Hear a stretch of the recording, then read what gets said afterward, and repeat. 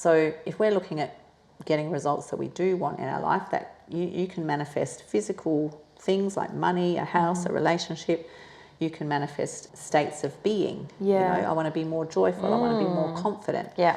And you can, things you want to create, Yeah. experience, any of those. Yeah. So the first step, and absolutely primary, is to recognize what you want.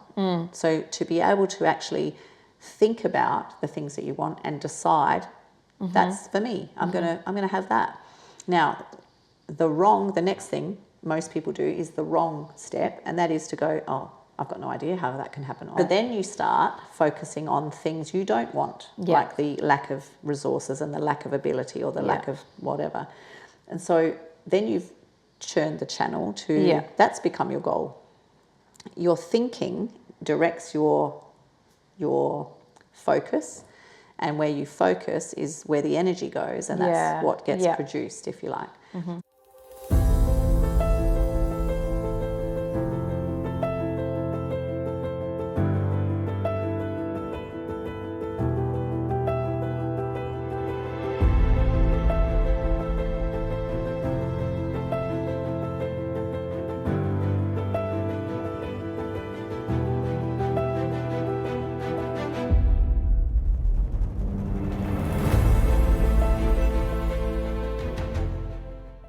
Welcome to our Life Abundant podcast. Today we're going to be talking about manifesting, and this is something that I had a really hard time with when I first came into this work because I just didn't understand it. It sounded super woo-woo to me, but I actually have learnt over time that it's a really valuable tool to have in your life, or understanding to have in your life. But I feel like a question that comes up a lot is, how do we manifest the right way? Like, is there a right way to do it? Is there, like a list that you can give me that I can check off all the things? And is there a wrong way to do it? Like, is there really core elements to manifesting that we can either get wrong or get right? Is that a thing? Yeah. It is funny because when I used to hear the word manifestation, and I think it all sounds very super spiritual, and you must have to be like a monk to do it. But I think understanding that manifestation is really just bringing the unseen into the physical reality. That's all it is. Yeah. And so that's a good description of it. Yeah. So we're always manifesting. All of us are. Even the people that would be super unaware are manifesting things into their life. How? And why? Because we live in a world of law. Like, there's spiritual laws of the universe which make things happen the way that they happen. And so when you say, is there a right way or a wrong way to do it, it's very individual what you will manifest. And if I was to pinpoint the primary wrong thing to do, if you like, or the thing that's going to sort of clog up manifesting what you want, because you're always manifesting. You might be manifesting things you don't want. But once you understand, like you said, have that understanding of how does manifestation work? How does something that is not yet in my physical world arrive? How do I get the results that I'm getting? When we understand the process, then we understand, there's a few things I can do that will block it, and there's a few things I can do that will speed it up. Okay. And so that's really interesting. One of the primary things, let's talk about doing it in the right way, if you like. Or speeding it up. Do you think that's a better way of Yes, speeding it up. Manifesting in the right way is getting what you want in your life, and manifesting in the wrong way is getting what you don't want. So if we're looking at getting results that we do want in our life, that you can manifest physical things like money, a house, a relationship. You can manifest states of being. I want to be more joyful. I want to be more confident. And you can, things you want to create, experience, any of those. So the first step, and absolutely primary, is to recognize what you want. So to be able to actually think about the things that you want and decide, that's for me. I'm gonna have that. Now, the next thing most people do is the wrong step, and that is to go, oh, I've got no idea how that can happen. Oh, I probably don't have what it takes, and blah, blah, blah, blah. So then you start focusing on things you don't want, like the lack of resources and the lack of ability or the lack of whatever. And so then you've churned the channel to, that's become your goal. Your thinking directs your focus, And where you focus is where the energy goes, and that's what gets produced, if you like. And so step number 1 is knowing what you want and deciding that's for you. Yeah. And then your imagination is a big part of manifestation. It's a big part of our life. Like, think about what you think about all day long. You might think about what you did yesterday. Yeah. And as you think about what you did yesterday, you're using your imagination to go back there. Yes. Because you're not there physically. Yeah. And so a lot of people manifest the same dreadful relationship over and over again. The same, I don't have any money. The same, I've got evicted from my house again. Yeah. They manifest the same thing over and over because it happens, and then in their here and now, they keep looking back in their imagination. Yeah. They get emotionally involved in it, which is easy to do because they're upset. Yeah. And therefore, the way manifestation happens is, I like this phrase, it's like the universe says to us, if you don't stop crying, sobbing, reminiscing about what you didn't like, I will give you something to reminisce and cry and sob about. That's a bit like that was the only kind of thing your parent says. It's like our mother used to say, if you don't stop crying, I'll give you something to cry about. The universe says, if you don't stop offering up this energy, it doesn't matter what's caused you to offer it up. The communication of the universe is energy, is vibration, and vibration is feeling. So if I'm feeling really down and out and like, oh, I'm such a victim and everything goes wrong, I will have more opportunity. I will manifest more opportunity to have that continue. Because that's what the law of attraction does. And so the right way to manifest is to be very conscious of where your focus is, what you're thinking about, how it's causing you to feel. And if you're not feeling great, shift your focus to somewhere where you are. Yeah, that's really interesting. That's the best way to do it. And, you know, I guess another tip for me is you can, like, I was trying to be what other people wanted me to be. And so trying to be, that's a key word. If you hear yourself saying, you know, I should do that, I'm trying to do this, check in and say, is that really what I want? Is that my heart's desire? And if it's not, it's going to be like pushing it uphill. You know, you want it, but you don't really want it. In the very heart of your being. So I think that's the key. Manifestation is easy. It's like jumping in the river and just going with the flow. When you admit, this is what I want, you can see it, you can feel it, and then you let the, as Neville Goddard would say, the bridge of incidents unfold. And so just by tuning in, that is going to happen. As long as we don't get in the way. You know, with our doubts and fears and unbelief. So faith in the process, faith in yourself is a big part of it. Obviously, we're human. We can't totally eradicate our feelings of fear and doubt, you know, entirely, because it's part of life. And when they come up, the goal is to redirect them. You know, it's not to, can't eradicate them forever, because that's part of reality. But when we get them, we redirect them. So I'm like, well, how does this work? So a couple of things. I'm going to jump in before I forget. So there's 3 things here that, and hopefully I can remember them all. I'll list them now and then we'll talk about them. Redirecting. We're going to talk about that. Might have forgotten the first 2 already. But let's talk about that. Redirecting your doubt. And you said it's a part of life. That was the other thing. So let's be really clear on this. The life in you is only well-being. Is only well-being. Life is expansion, expression, growth. It's all good.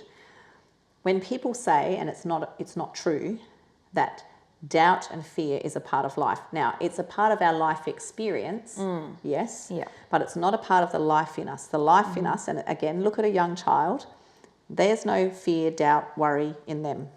They are expressing the pure essence of life. The younger they are, the more that's happening. And there's no doubt or fear, they're just full on. That's the truth. The life in you, there is no doubt or fear in it. Now, when we have doubtful thoughts come, we don't redirect them. And I like to say to my clients, when the doubt comes knocking, imagine I'm knocking on your door and I'm doubt, and you open the door, here you are doing all your visualizing and it's all great, and you open your front door and there I am, doubt and fear.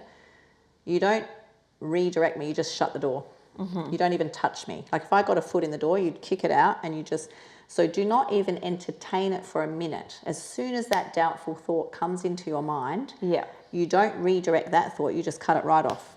And you because they're two different streams of thought, there's a positive thought energy, and let's talk about that for a minute. Positive thought energy is when you are shaping the substance, the thinking substance, into something tangible. Yeah. So in your case, the house. Yeah. Okay, and all that looked like. Negative thought, doubt and fear, think about the word negative. It has no substance to it. It is negative. It's the space around the object. And so when I picture thought energy like that, it's easier for me to say fear is it's just a wisp of nothingness. Okay? I give it form by shaping it with my imagination. Right. Yeah, that makes sense. Okay? Yeah. When it first comes, it's just it's whipped away my solidness of what I've been imagining, if that makes sense. So we don't redirect it, we just cut it right off and say, oops, sorry, nope, not talking to you. Yeah. I'm talking to the positive, affirming thought I'm giving shape to this thought energy in my mind. And I want to ask you a question. In fact, you're the perfect daughter of mine to ask this question too. When you started to go to school and they were teaching you how to read, did you come home and just start reading novels? No, and I think I found that very frustrating as a kid. I was like, what are you talking about? I can't read now. Your first day, I remember your first day or first week at school, and you came home crying one day, and I said, what's wrong? And you said, I can't read. I'm like, no, that's why you're at school. But you're like, no, but they... Actually, I've had the same experience with my daughter. Yeah. She's going, I can't do this. Yeah. That's why you're at school. Yeah. And so it's the same with learning or relearning. How to get in line, like the manifestation, it's your heart's desire. There's no doubt in my mind it will happen. However, there is divine right timing. And I'll talk about another experience I had, and that was actually getting pregnant with you. I'd gotten pregnant with my first daughter, no worries, and I thought, oh, this is all easy. Off we went, not pregnant, 3-4 months down the track. And then I thought, what's going on? I started to worry and get afraid. Something was wrong. And before long, I was pregnant. Now, when I looked back at the timing of all of that, the time that you were born, if I'd gotten pregnant with you when I wanted to, you would have been born when your father was having his first operation. Right. And it would have been the worst time ever. Yeah. And so it occurred to me that, there is a divine right timing for everything. It still wasn't ideal, but it was much better. Yes. Okay. Yeah. So what I know to be truth from many of my experiences too is that we think we know when we would like something. So don't be impatient. Understand there is a process. Your order has been put in. When you visualize it, we don't need to visualize it like we're creating it by our visualization. Our visualization is just for us to feel like it's already done. Yeah. That's the secret to manifestation, is to be walking through your days knowing, look, I've put this order in because it's the desire of my heart, and I know I can speed that up by living in gratitude as if I already have it. Yeah. Because I know it's done in the spiritual realm. That's where it all starts, is in our imagination. Yeah. And that is a place, right? That's a spiritual realm, and that energy is going to move into form. That's what energy does. The perpetual transmutation of energy. First law of energy.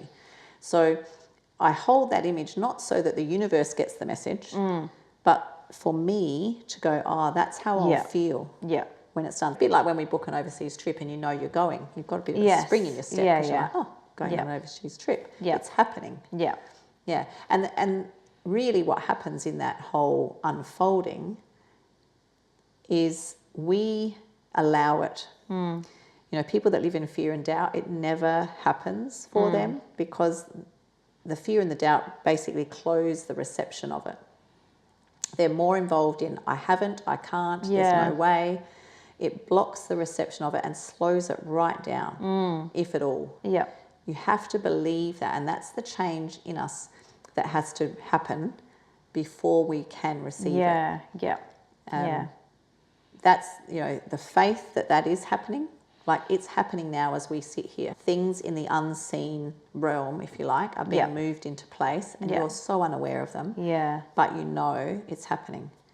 a bit like if we were laying in bed at night and it's dark and we were laying there thinking, God, I hope that sun is coming. Like, I hope it's going to come up in the morning. We don't do that. We just know. Yeah. And we operate like we know. Mm-hmm. Yeah. So that's the trick, if there is a trick to manifestation. It's like, just know that it's happening. Yeah.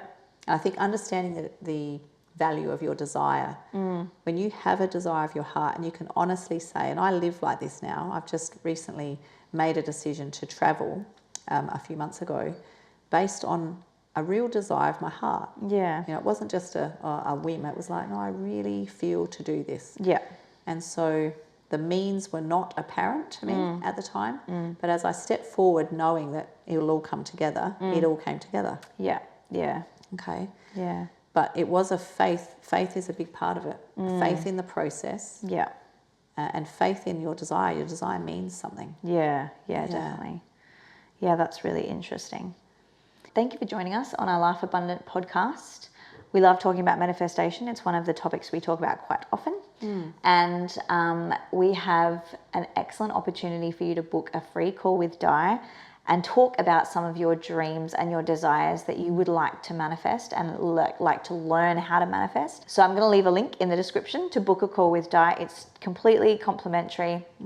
You'll get to speak to her over Zoom and talk about some of the things that you want for your life and how you can actually get those things and some of the options of working with Di. You'll be able to talk to her about those as well and figure out what might be best for you. Or you could just enjoy the free call and, enjoy getting to know Di and talking to her about some of your dreams and desires. Absolutely. But thank you so much for joining us. Thank you, Di, for talking to us about manifestation. And we'll see you next time. Thank you.